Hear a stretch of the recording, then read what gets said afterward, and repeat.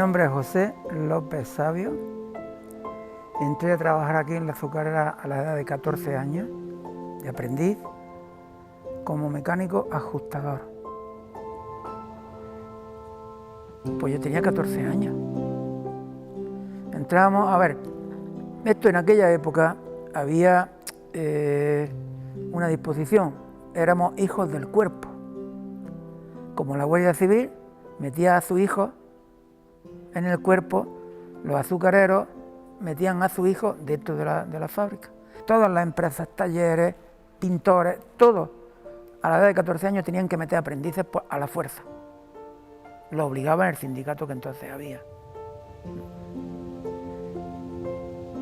Sí, nosotros ascendíamos, aprendí de primer año con 14, segundo 15, 16 y 17 y así sucesivamente. A los 18 ya pasábamos a no ser aprendices, ya teníamos un examen, nos hacía el jefe mecánico y este hombre pues nos mandaba a hacer a la mejor, pues, ¿qué te digo? Un piñón de una empresa, lo que está ahí a tu lado, cualquier pieza de la fábrica, teníamos que hacerla exactamente igual. Entonces, si pasábamos el examen, ya pasábamos a oficial de tercera.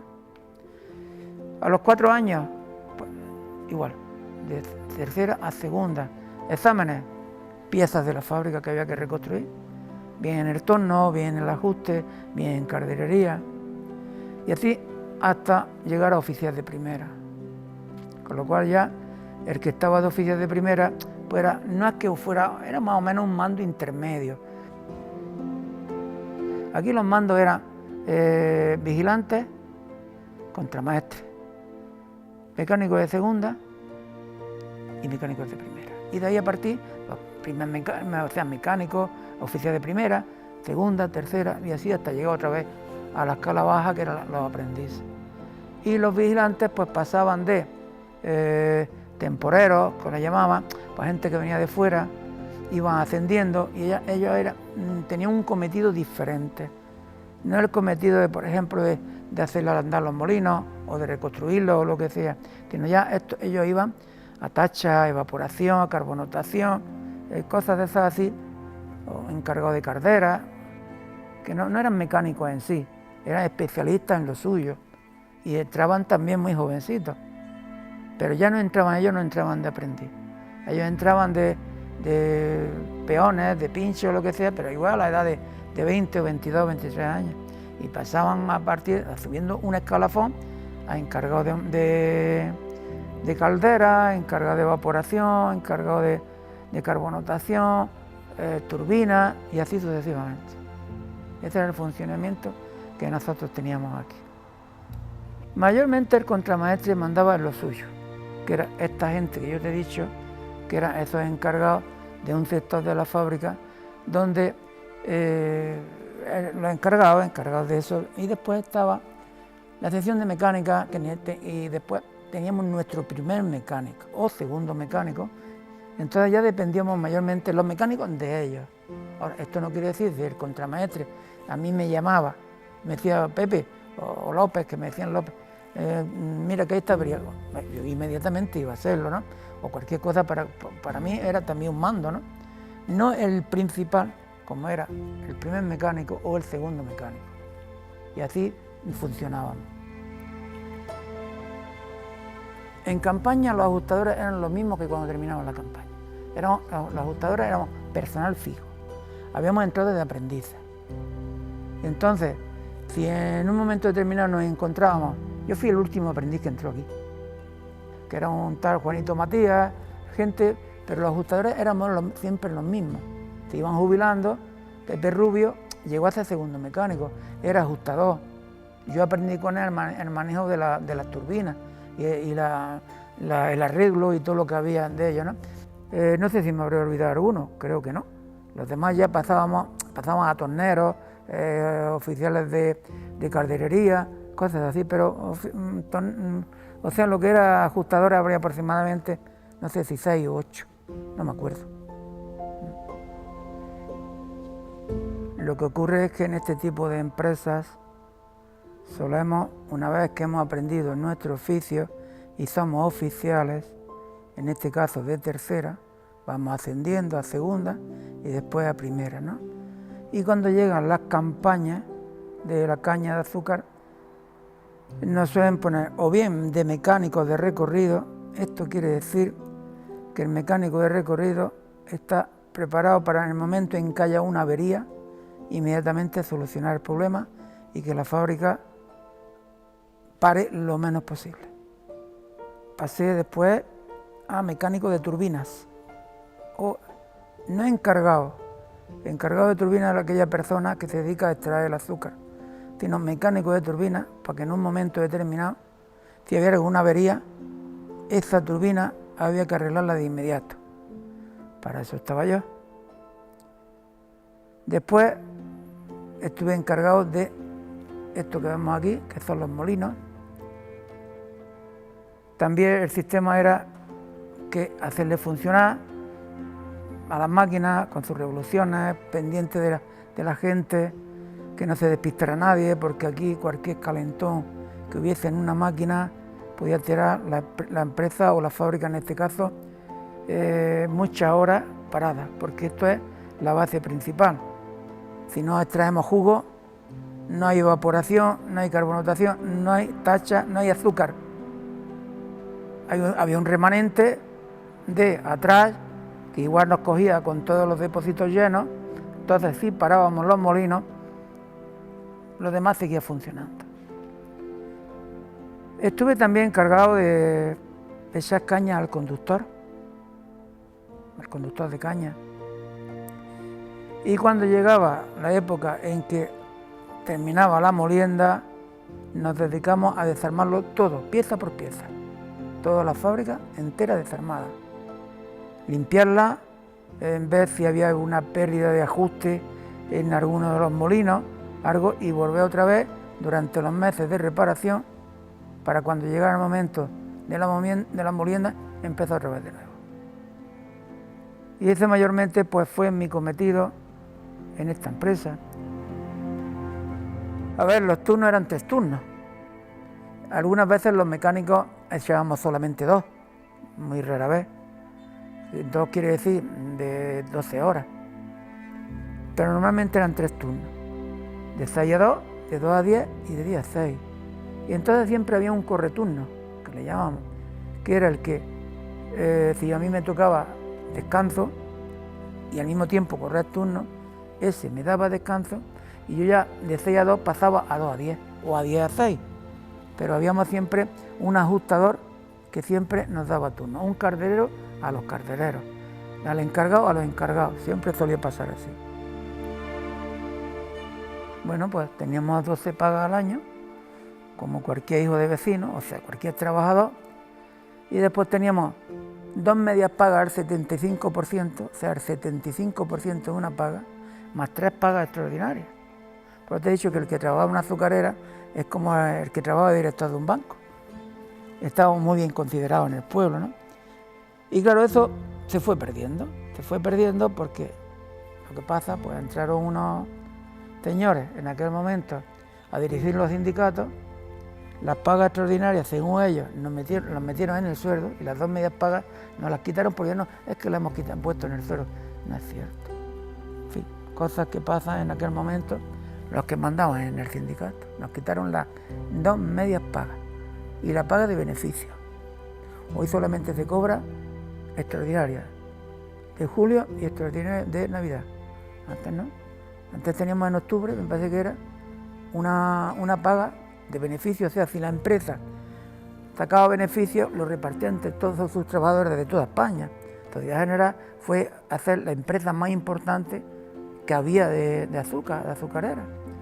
Y ella repartía beneficios entre sus trabajadores y nos daba unas pagas extraordinarias, que se llama paga de beneficio.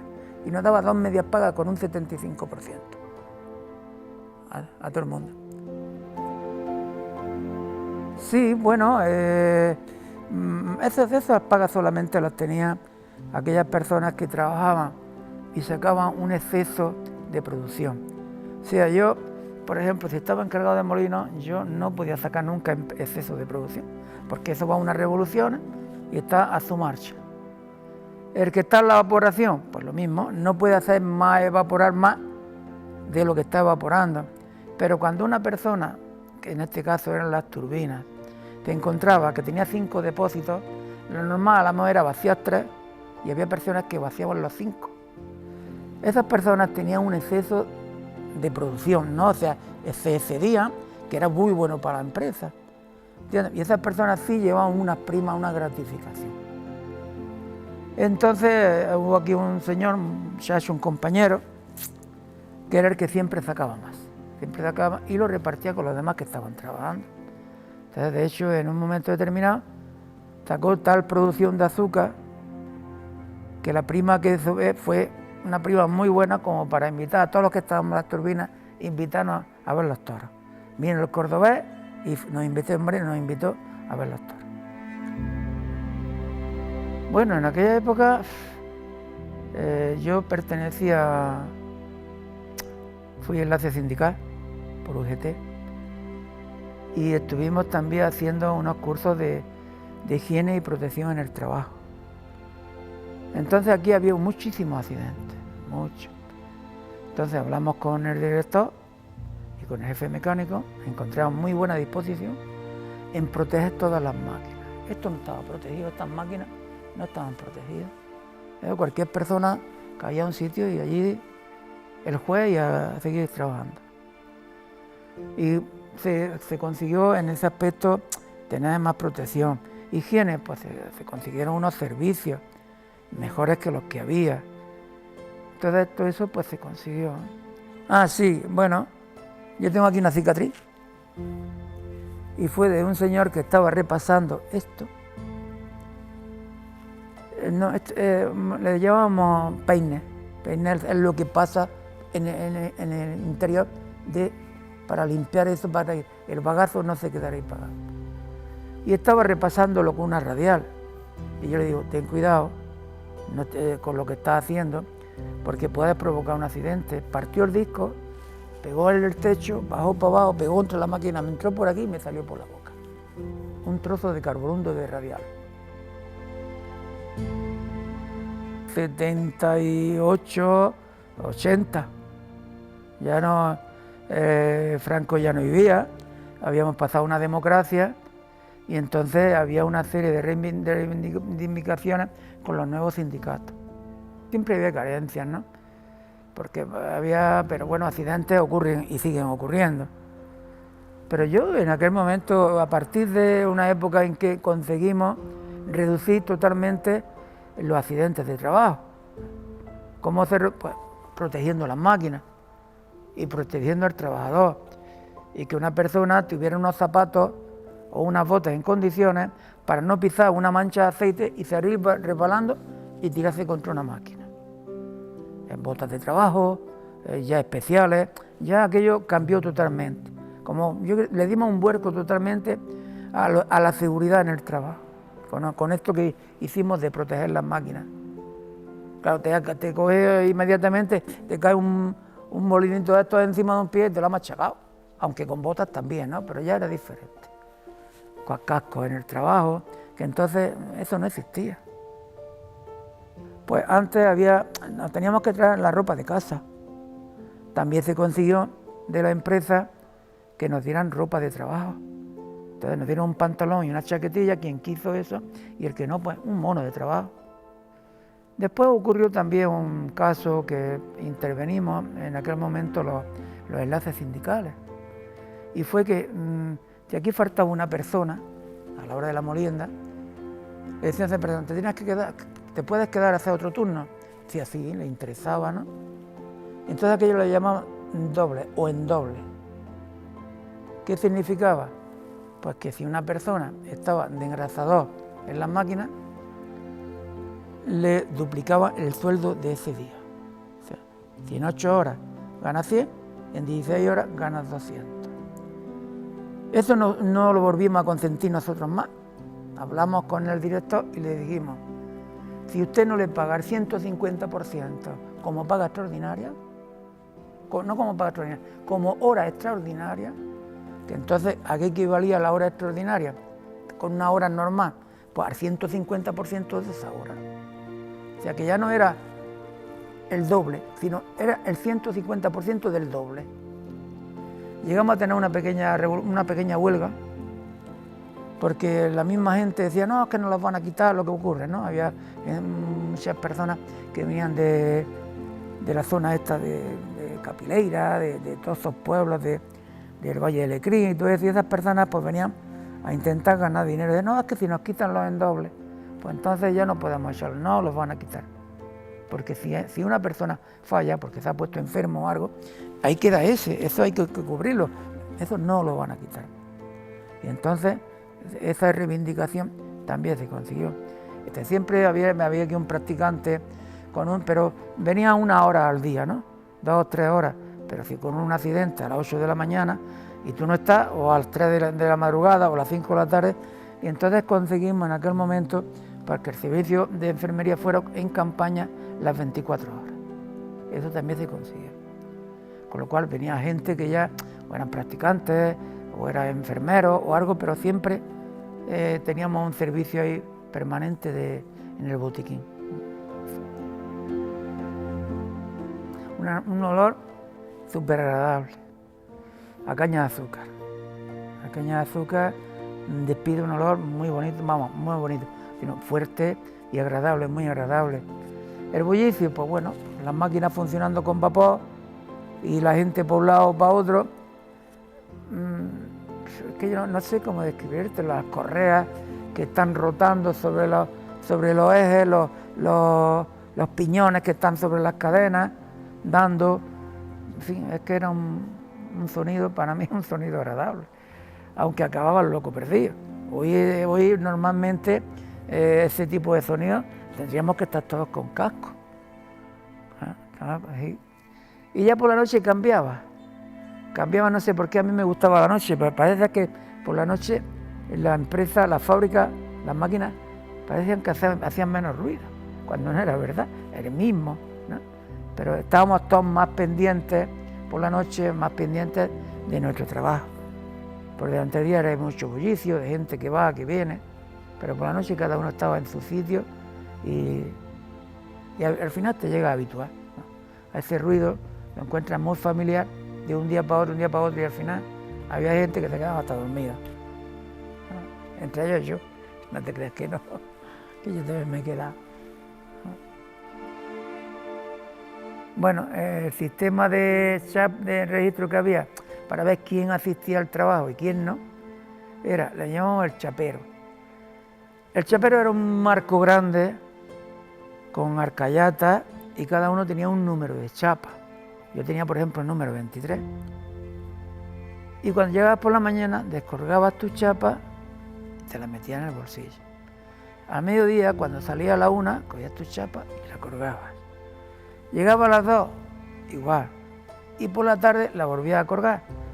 Entonces, después pasaba un listero, ¿eh? No te creas que era tan fácil, porque algunos intentaron coger 2 chapas, decían, este favor, cógeme la chapa que no voy a llegar tarde o lo que sea. Y entonces solíamos hacer ese tipo de favores, además ni los mismos jefes se metían, además lo sabían ellos.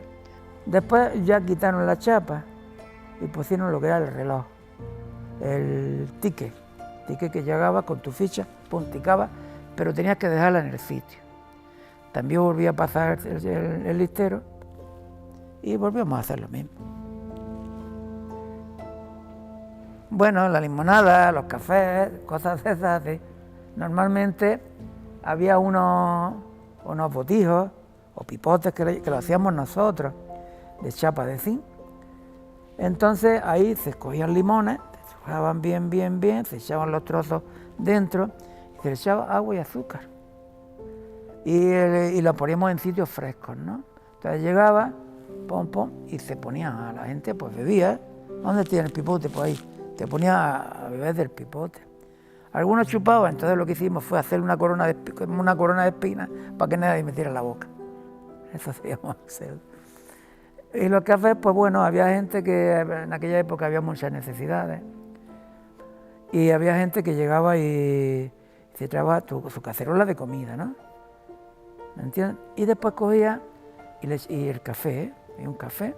Entonces tenían su cacerola, la rebañaban, la limpiaban bien, la cargaban de azúcar y le echaban café por dentro. Y entonces ya llegaban a casa, lo dejaban a la mejor a secar o lo que sea y sacaban el azúcar. Sí, eso también se ha hecho. Vinieron de Australia unas máquinas de motriz a cortar las cañas. Y claro, las cañas están sembradas a una separación una de otra.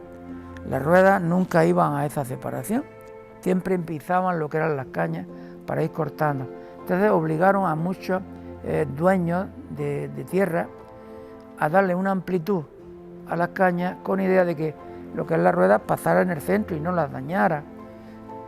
Y eso funciona en un principio bien, pero claro, eso está preparado para aquellos campos que tienen hectáreas y kilómetros y kilómetros y kilómetros, como Australia, por ejemplo.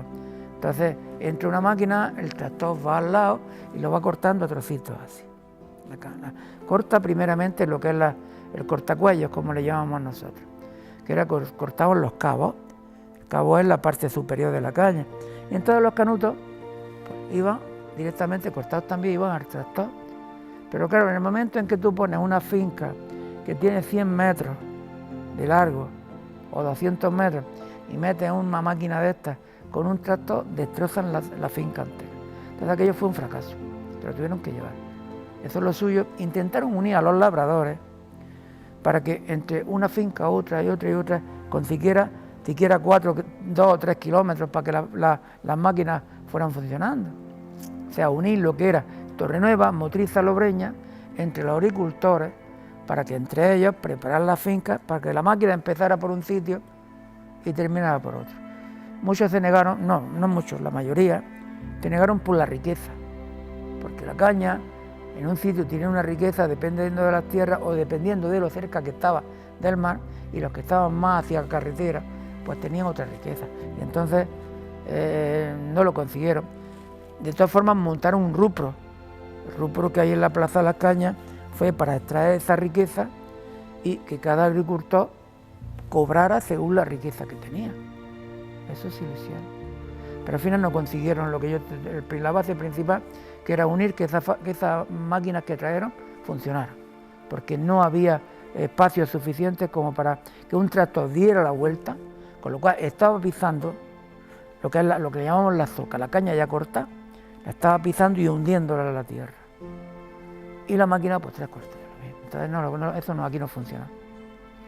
Y trajeron una para Agrela y otra para nosotros. Sí, aquí en Motril había más de 7 azucareras. Pues teníamos esta, San Luis, San Fernando. A ver, que me acuerdo más. La fábrica chica le llamaba, donde está ahora las municipales, la policía municipal, esa era otra. Y después Arcoleras, que había varias, había esta de la Almudena, estaba la de la Arcolera que hay al lado de las Planadas, ¿cómo le llaman a esta? No me acuerdo. Y después en Salobreña había otras 2 o 3. Estaba San Francisco, estaba Agrela, estaba... Aquí me he olvidado también otra que había aquí en la carretera, conforme vamos se llaman San Luis, la fábrica San Luis o Cienfuegos, al lado de la Almudena. A la Almudena había otra ahí que le llaman Cienfuegos o San Luis. Aquí había muchas azucareras y era todo lo que tú ves ahora mismo en La Vega, era todo caña de azúcar. Ahí no había nada, ni edificios ni nada, todo caña de azúcar. Pues siempre, aunque mucha gente venía, los monderos y toda esa gente venía con sus jamones, con sus chacinas, pero al final siempre compraban algo, con lo cual el pueblo siempre ganaba. Ese bullicio de gente, pues si una persona tiene que ir a tomarse una cerveza o un vino, pues el que tenía la taberna vivía con ellos y aquí vivíamos todo el mundo. Y la verdad es que en aquel momento, cuando llegaba la temporada, pues Motril parece que tomaba algo de alegría con esta gente, veía los burros cargados de caña, eso era aquella vida, los camiones cargados de caña hasta los topes. Y el que viniera esta gente por aquí, pues era muy buena gente, la gente de pueblo normalmente era muy buena gente, y a nosotros nos venía muy bien, hacía amigos con ellos, cambiaba un poco la rutina de estar con ellos. Que de estos temporeros que venían, había gente que ganaba mucho dinero. y era porque cuando más camiones cargaban donde está la zona de exposiciones, ahí era el almacén de azúcar, el almacén de sacos de azúcar. Y ahí entraban los camiones a cargar. Entonces, si venían 10 camiones y se quedaban a cargar los 10, pues ganamos más dinero. Y entonces también los choferes de los camiones decían, oye, no me dejéis aquí para mañana, me podéis cargar hoy. Ganaban más dinero y el chofer a lo mejor le daba 100 pesetas o 200 de propina. Con lo cual ellos, a la hora de repartir, pues repartían un buen sueldo entre ellos. Pues bueno, pues el cierre de la fábrica, pues prácticamente esto fue una ruina para todo el mundo. Hombre, para personas que los trasladaron, cuando las fábricas cerraron, pues trasladaron a gente a Jerez, a Benavente o al Carpio, en fin, cosas de esas, a distintas azucareras que ya no pertenecían a la Sociedad General, pertenecían a Industria Agrícola y a Ebro y a Sociedad General. Con lo cual ya la persona que estaba trabajando aquí estaba en la gloria. El que se fue a trabajar a otro sitio ya las costumbres son diferentes. Y la verdad, pues esto fue la ruina, no la ruina en sí, sino que mucha gente que tenía sus camiones y que vivían a gusto transportando caña, pues esto se terminó. Con lo cual mucha gente, pues ese tipo de transporte, camiones, cosas que lo dedicaban a esto, pues fueron vendiendo y dedicándose a otras cosas. Yo me dedico a otra cosa, yo puse una tienda de artículos de regalo y decoración y a mí me fue bien. Yo no me quise ir de traslado. Y otras personas pues fueron. Nos dieron la indemnización que entonces nos pertenecía por la fábrica, más el gobierno dijo que todo el que quisiera cobrar el desempleo de golpe para hacerse autónomo lo podía hacer. Yo lo hice así. Pues creo que, yo no sé, para mí, la fábrica para mí ha significado muchísimo. Yo tuve aquí a mi padre trabajando, que murió en un accidente aquí en Las Carderas. Yo tenía a mi hermano Miguel, que estaba de carpintero. Tenía a mi hermano Paco, que estuvo de calderero. Mi hermana Mari Carmen, que estuvo de telefonista. Y yo que soy el menor de todos los hermanos. Para mí, ¿qué significó? Pues mira, mucho, porque yo aquí, como te comentaba antes, yo aquí me hice un hombre, en el buen sentido de la palabra, un hombre, es decir, desde 14 años hasta que cerraron, yo tuve aquí muy buenas amistades, que todavía conservo con ellas. Yo he vivido aquí de niño, yo nací aquí, si es que yo nací aquí en la azucarera, las casitas de enfrente que hay, yo nací ahí. Esto, la entrada era, que ahora está toda techada, era la Rambla, y había que unos puentes para pasar adentro de la azucarera. Y yo ahí he jugado de niño.